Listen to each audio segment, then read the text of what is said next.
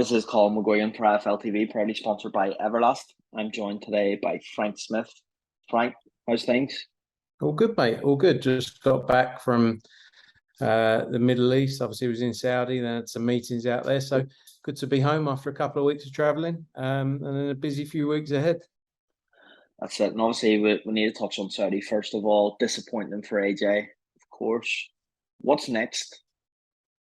Look, I think AJ. Ultimately, people will have their opinions on him, but he went in there against the best ultimately in the world. In Alexander Usyk, who I think has just been moved to pound for pound #1 in the Ring magazine ratings. Um, you know, he's too well. He obviously lost against Andy Ruiz, but avenged that loss straight away afterwards. And he went back in there against Alexander Usyk, where many people thought he'd dodge that rematch. And he looked, much improved. In no question, as I say, that Alexander Usyk is the best, up best fighters current day in the world right now. And I think AJ's got many more fights ahead of him, many big fights ahead of him. And this is just another part of the story in Anthony Joshua.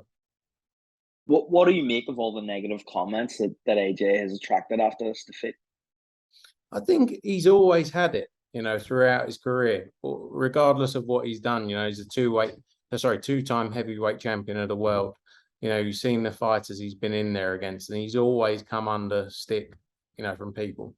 But ultimately, that's life. That's the fans. They're going to have people who love you. They're going to have people who don't think much of you. But he's done everything he needs to do in his career, and he can be very proud of the career he's created for himself.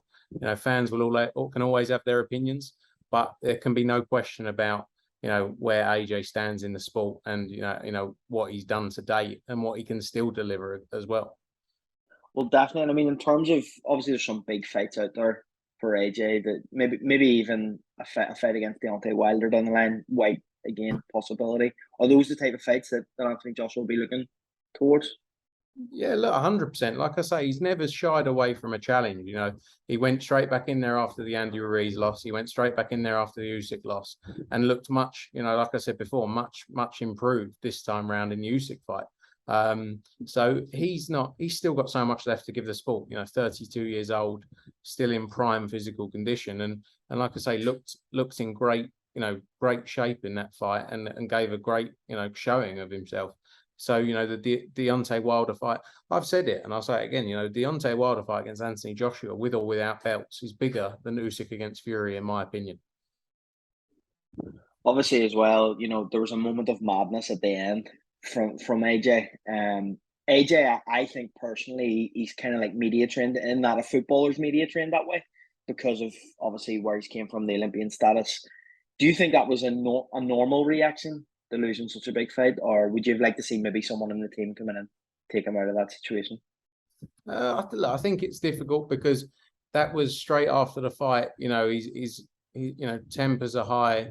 He's put all that work in to try and get the win, and ultimately hasn't got it. And it's anything that happens straight after a fight in that way. Many fighters have said it, that it's not necessarily them ultimately. And I think what you saw at the press conference afterwards, speaking to him since, is he heavily respects Alexander Usyk. And the tensions and the pressure really probably afterwards got to him. But what you saw in the press conference afterwards is how he really feels. He put all that work and all that effort into being the best, and winning those belts back, and he didn't win. So it's going to happen to anyone who, if you put everything in like that, and you don't get the end result that you dreamed of.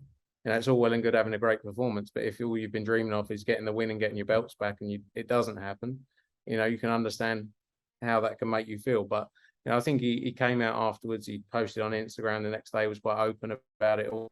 And yeah, I think we've never seen that side of AJ really. So it was a moment. It was a high pressure moment, obviously. I obviously need to touch on the back and forth with yourself and Frank Warren. So he said in a March interview that the only buy Frank Smith knows is 2 sugars. I've seen you actually comment underneath the video. Have you got anything to respond to Frank on that one?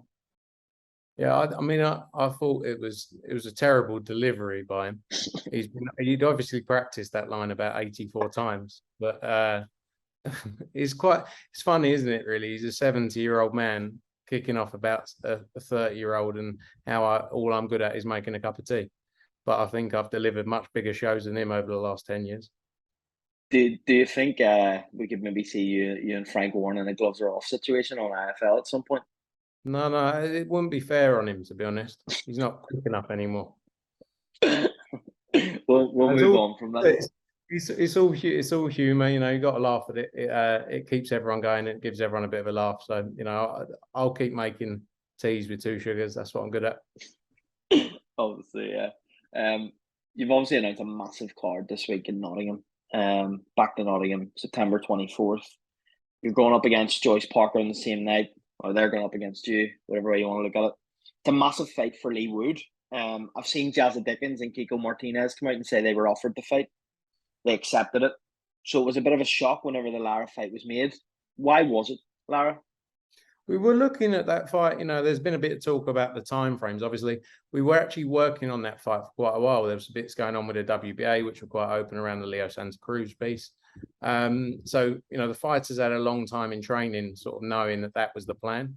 You know, unfortunate about the date clash that you mentioned, but with so much boxing going on, the truth is that's going to happen. And there's you know, arenas are very tight.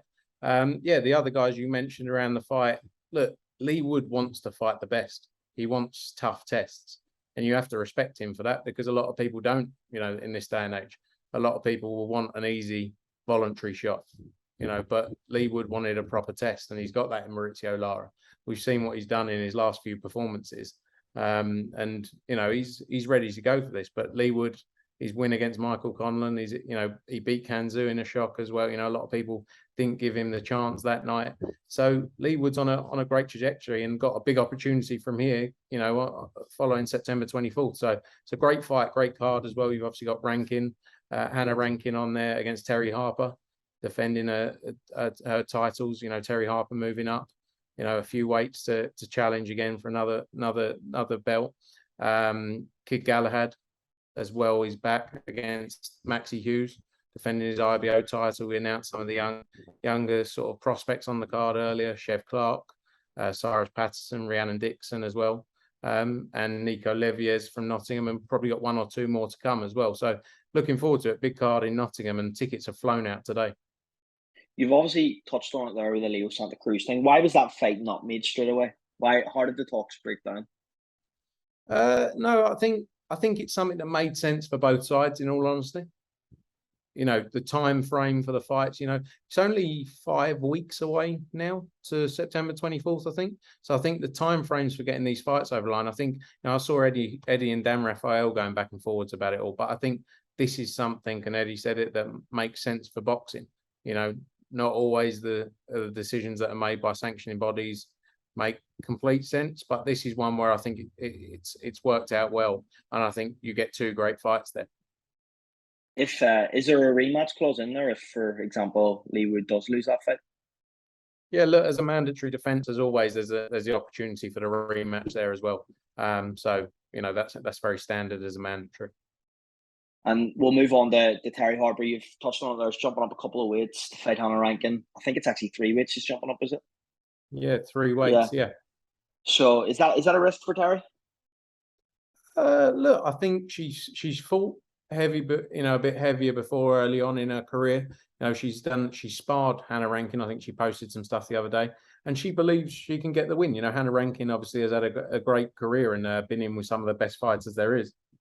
But I believe, you know, Terry's still got a lot left to give, and Terry and Steffi believe, you know, they can win this fight and become a 2-weight world champion. And like you say, moving up 3 weights, I think she was at 135 in her last fight, going up to 154 here.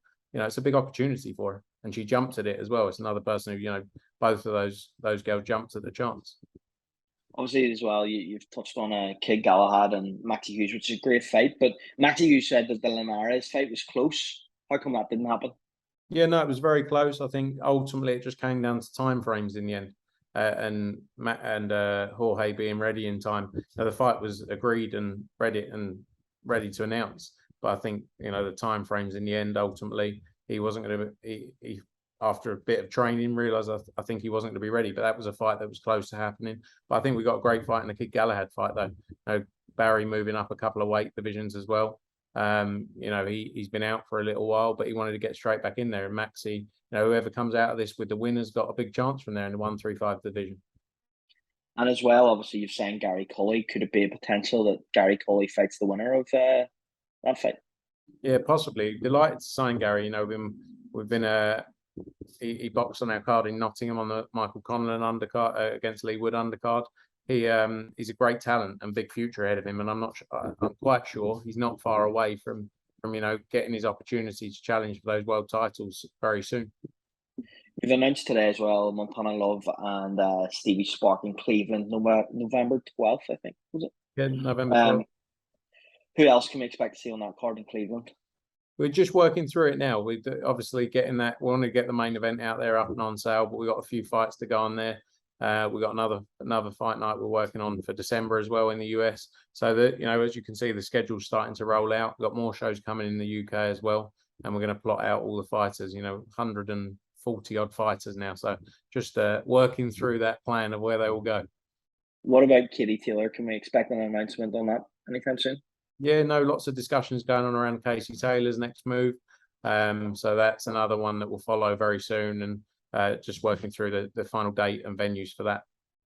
You teased me last time we spoke a few weeks ago about a big fight that you just made in December. Is that the one that you've just referred to in the US? Yeah, that will come in. How soon? 7-8 days. Okay, so obviously you've said that's in the US. You've said that's in the US in December. Are we going to kind of be looking at matchroom shows only in the US around the World Cup then? Nothing really in the UK, or what way are you going to? No. We're working on some shows around the, I think November 26, December 10, all around those dates as well. And obviously we just avoid the England games then with the World Cup coming up in December. Yeah. That will be the plan. It's like I said, around the venues and the scheduling at the minute, it's so difficult getting the right venues on the right dates that match up. So, I think you will see some more clashes possibly, but, and ultimately the truth is no one really wants to clash with each other, but it's impossible to avoid. And, each show will have its own merits, and, ultimately more boxing is good for the sport. And that's what we're getting at the minute. We've got 4 or 5 key promoters in the UK, big promoters in the UK, constantly promoting shows. So you're going to continue to see that, I'm sure. Well, Frank, massively appreciate your time today. I'm sure we'll do this again soon. Thanks a million for joining me. No worries, mate. Appreciate it. Thank you. Yeah, I put my dad in the street against a heavyweight. I've gone back to the dad. I've punched him a few more times. 5 blokes outside my front door. Can you come and help One me? hell of a fucking story, so stay tuned.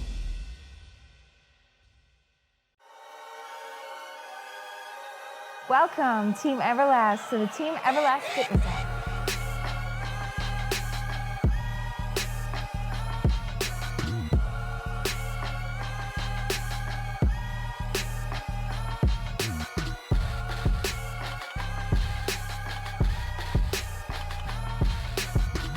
Download the Everlast Fitness app and find your greatness within.